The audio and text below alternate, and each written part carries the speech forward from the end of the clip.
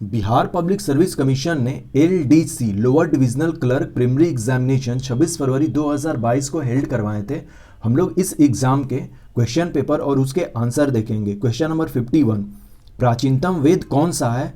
Rigveda, option B correct answer है। इस question paper में टोटल 150 क्वेश्चंस थे, लेकिन हम लोग जनरल स्टडी के क्वेश्चन पेपर जो कि क्वेश्चन नंबर 51 से 100 के बीच में है उसको देखेंगे, और अदर जो क्वेश्चन थे वो मैथ, रीजनिंग और साइंस के थे, अदर वीडियो में देखेंगे। क्वेश्चन नंबर 52, सबसे अंत में कौन सी घटना हुई थी? तो गिवन ऑप्शन के according option D correct answer है। अशोक की कलिंग विजय। अशोक की कलिंग विजय 261 बीसी में हुई थी। चंद्रगुप्त मौर्य का राज्याभिषेक 321 बीसी में हुआ था। अशोक का राज्याभिषेक 273 बीसी में हुआ था। मेगास्थनीज का भारत आगमन 305 बीसी में हुआ था, और अशोक के फादर का नाम बिंदुसार था। उनका राज्याभिषेक 298 बीसी में हुआ था। क्वेश्चन नंबर 53, महात्मा गांधी का जन्म किस वर्ष हुआ था? 1869, ऑप्शन बी करेक्ट आंसर है। 2 अक्टूबर 1869 को महात्मा गांधी का जन्म पोरबंदर गुजरात में हुआ था। क्वेश्चन नंबर 54, महात्मा बुद्ध ने कहाँ महापरिनिर्वाण प्राप्त किया था?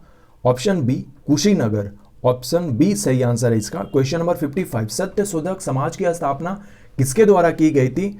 ज्योतिराव फुले के द्वारा 1873 में की गई थी।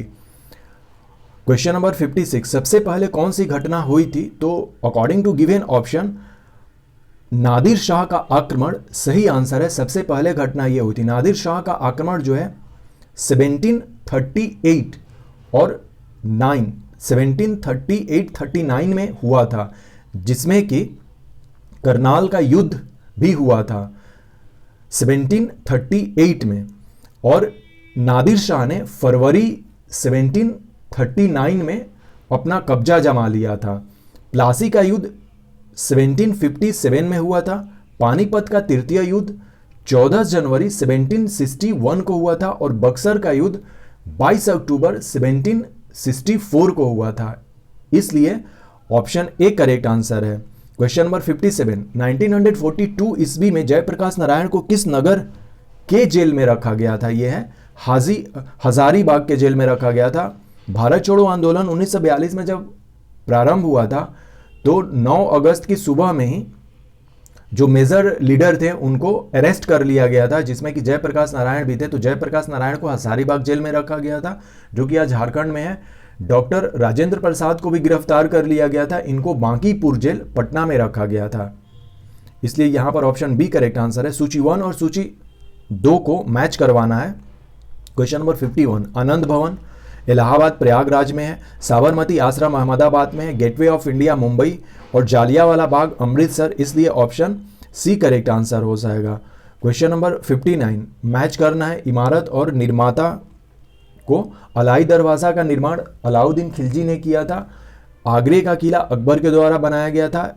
इतिमद औदौला का मकबरा नूरजहां के द्वारा बनवाया गया था। इतिमुद्दौला जो है ये नूरजहां के फादर हैं, और दिल्ली का लाल किला शाहजहां। इसलिए ऑप्शन बी करेक्ट आंसर है। क्वेश्चन नंबर 60, सिखों के 10वें गुरु गुरु गोविंद साहब जी का जन्म कहाँ हुआ था? तो पटना साहिब में हुआ था 1666 में, 1666 में सिखों के 10वें गुरु गुरु गोविंद साहब जी का जन्म हुआ था पटना साहिब में। क्वेश्चन नंबर 61, भारतीय संविधान की किस अनुसूची में भारतीय भाषाओं की सूची सम्मिलित की गई है? तो 8वीं अनुसूची में, और 8वीं अनुसूची में अभी टोटल 22 भाषाएं हैं, और भोजपुरी को 23वें नंबर की भाषा का दर्जा दिलाने का प्रयास चल रहा है। Question number 62, doctor Rajendra Prasad को संविधान सभा का स्थायी सभापति कब चुना गया था? तो ऑप्शन बी सही आंसर है, दिसंबर 1946। यहां पर 3 डेट हमें याद रखना चाहिए संविधान सभा को लेकर। एक है 9 दिसंबर 1946, फिर है दूसरा डेट 11 दिसंबर 1946, और तीसरा डेट है 13 दिसंबर 1946।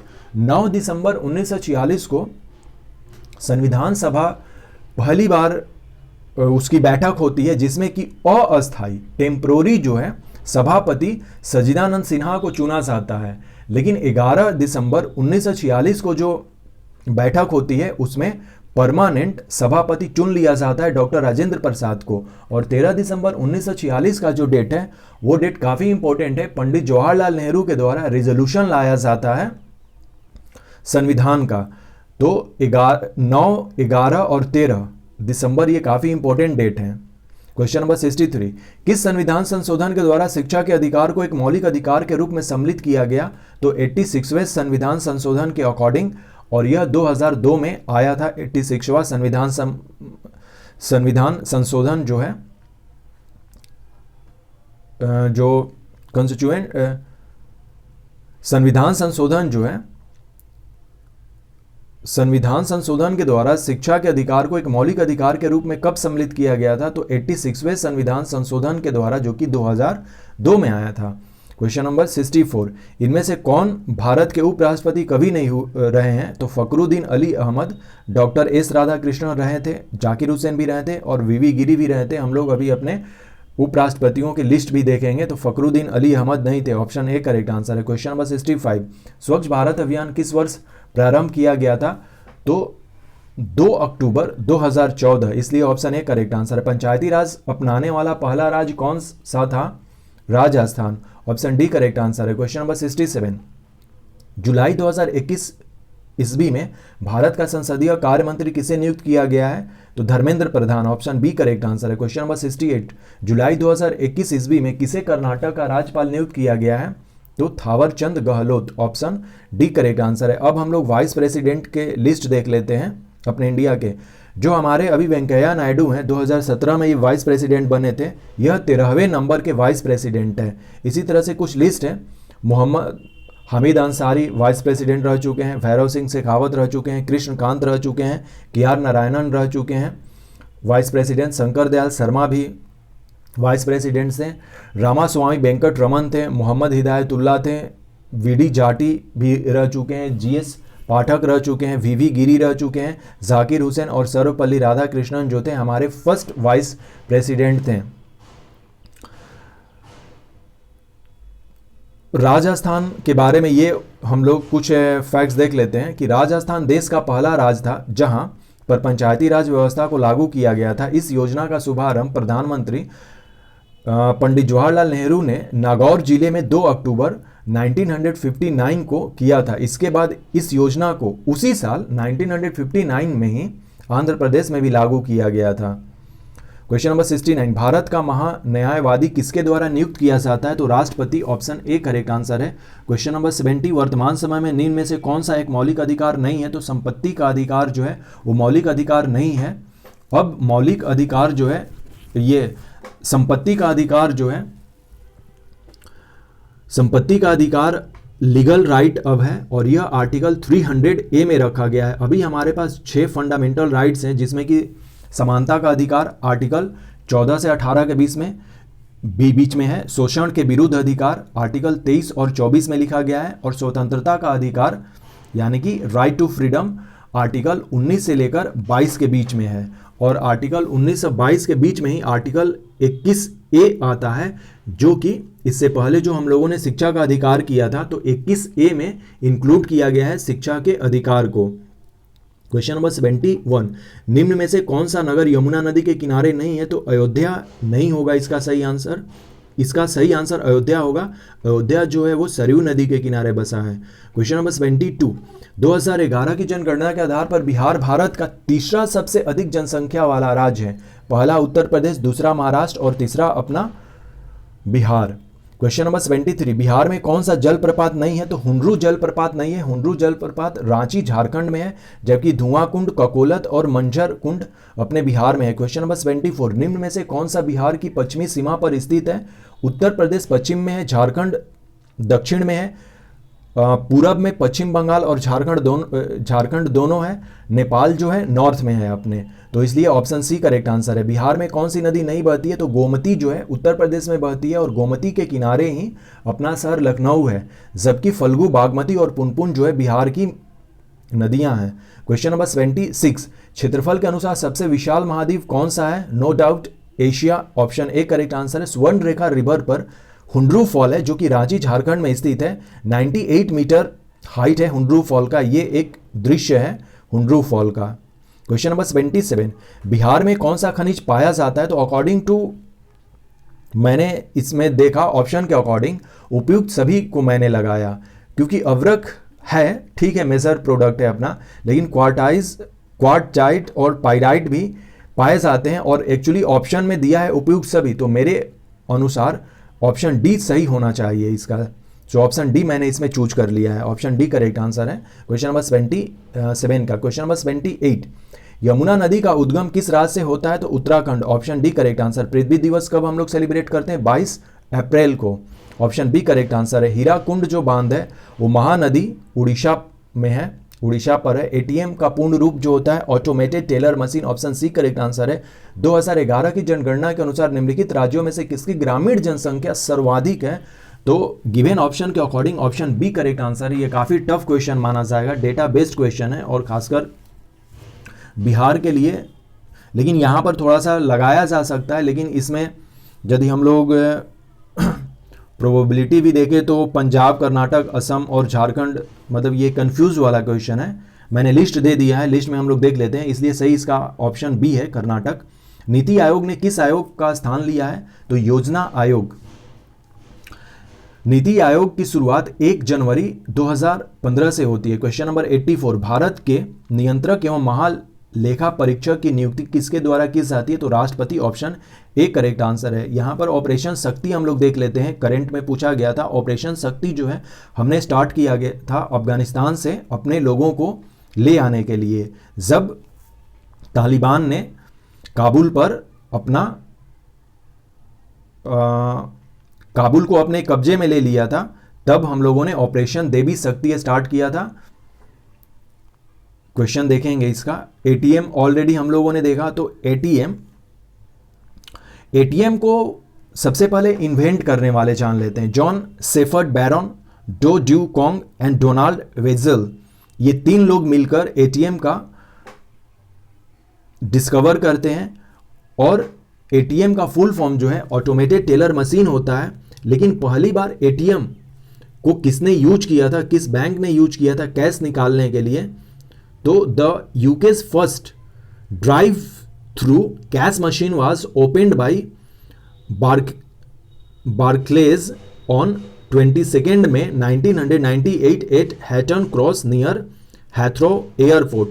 तो यूके में सबसे पहले एटीएम को कैश निकालने के लिए यूज किया गया था, जिसके कि इन्वेंटेड जो है John Shepherd Barron, dough Duy Cuong and Donald Wetzel, ये तीनों मिलकर इन्वेंट किए थे एटीएम का।